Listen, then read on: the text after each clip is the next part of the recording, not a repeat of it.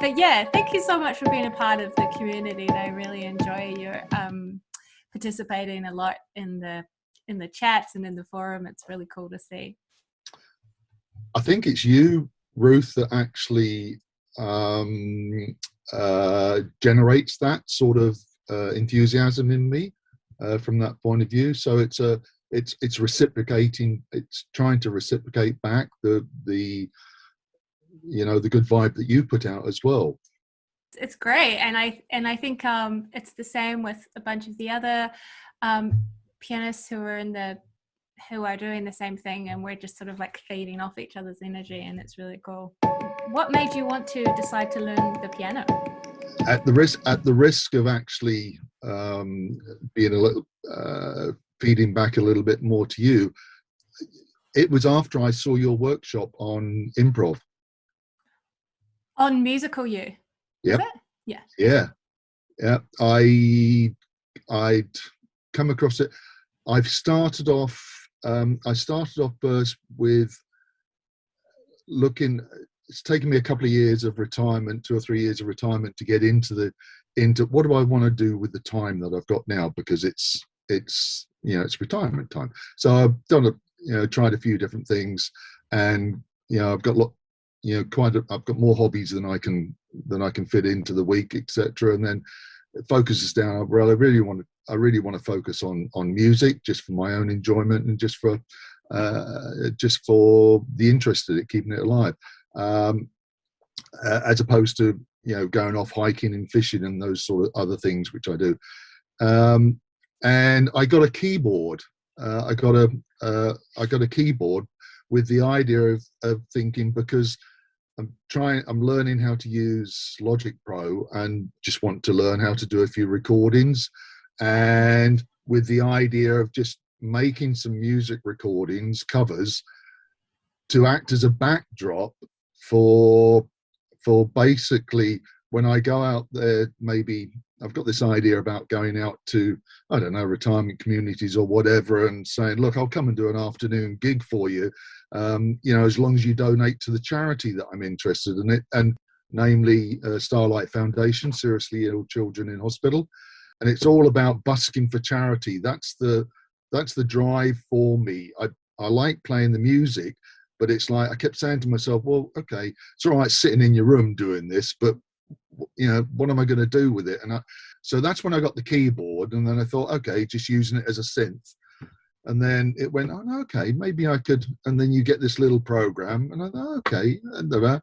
And then seriously, Ruth, what clicked it was watching that workshop of you and doing that improv. And I thought, oh my gosh, I want to do some of that. Yeah. I want to be able to do that. That is cool. Because learning your way of learning piano is just blew me away, just totally new to me. I had no interest in wanting to go to a piano teacher and do, learn classical piano, and I thought it was all hard. You seemingly just made it very accessible and in very sort of, hey, I could do that. Awesome. I could actually learn that. Yeah. And I think that was what it was. It was like, hey, that's accessible. It's not some mystery instrument. I'm comfortable with strings and with playing about on the guitar, because I've just noodled around on that for many, many years, but never ever thought of doing the keyboard. Thinking about doing this. Oh my gosh, how do people do that? Yeah. And then I think to myself, well, hang on, I do something similar as well. Yeah. It's just turning the wrist around. Yeah, yeah, absolutely. And I think it was the improv thing, and how the use of a piano can actually feed a little bit of that creativity side of me as well, because I've got an interest in, I play about with a few little songs and make up a few little ditties, do it for the grandkids, do it for the, just do it for family sometimes. I just make up a song, just put some silly words to it.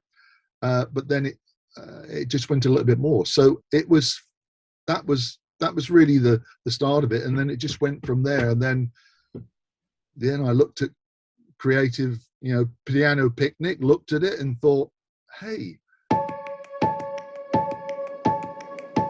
and I like the concept of bite-sized lessons I like the side.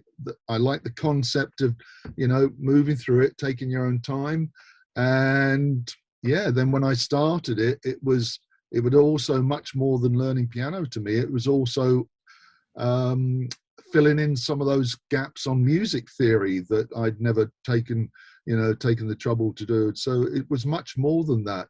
And so then, dare I say it, I hook, line, and sinker. I thought, no, I want to be part of this.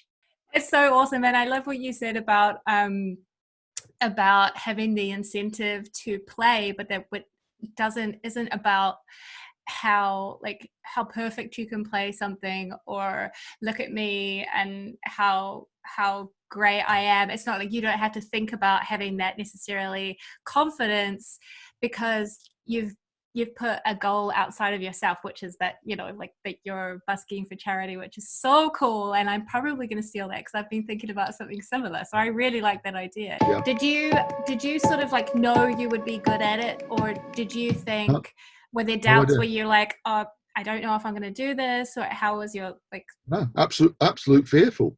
Yeah. Absolute fearful. So went out a couple of times, and then plunged in with both feet. And my first gig was the Man from Snorri River Festival up at Corrion. Yeah. And I got permission to go up there. So it was a 3-day festival, and I found my pitch on the. I went up there in the evening when nobody was around, and sort of like gave it a trial run. And then the next morning I was out there and just started it. And after a little while, I had fun.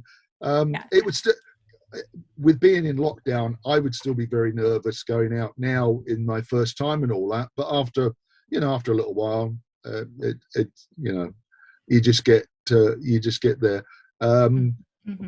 So just keeping things simple. So it's just like keeping things simple, things that maybe people can sing along to. I'm not really doing a performance. The main thing that I realized I had to work on my voice was because after about an hour, it was the voice started croaking. Yeah. If one of your friends was saying that they were thinking about learning the piano, what would be your advice for them if they were sort of wondering if it was going to be too hard, or whether it was going to be worth it? If not now, when? Just give it a go. You don't want to end up, sitting there on the rocking chair in a few years' time going, oh, I wish I'd have given that a go.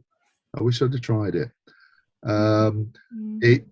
It really does help and complement everything else that I do with music. And the other thing is, it's fun. It's fun learning something, and it keeps, for somebody at my age, it keeps this ticking. It does.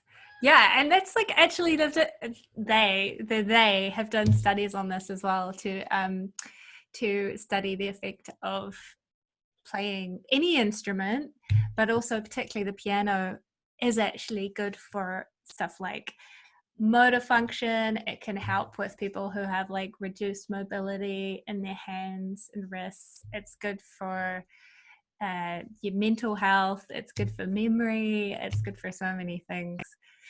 So that's definitely. And it is a little challenge to look forward to, but I think from the point of view of why I'm enjoying it so much is I think a lot of it is to do with the way that you've put together your step-by-step process, and it's just the little chunks. Yeah. And that I found that easy to take on board. It wasn't too much. Yeah. So this concept of bite-sized chunks I really like. Yeah, cool. Awesome. Well, I'll keep it coming for sure. Thank you so much for talking with me today, Mike. You're welcome.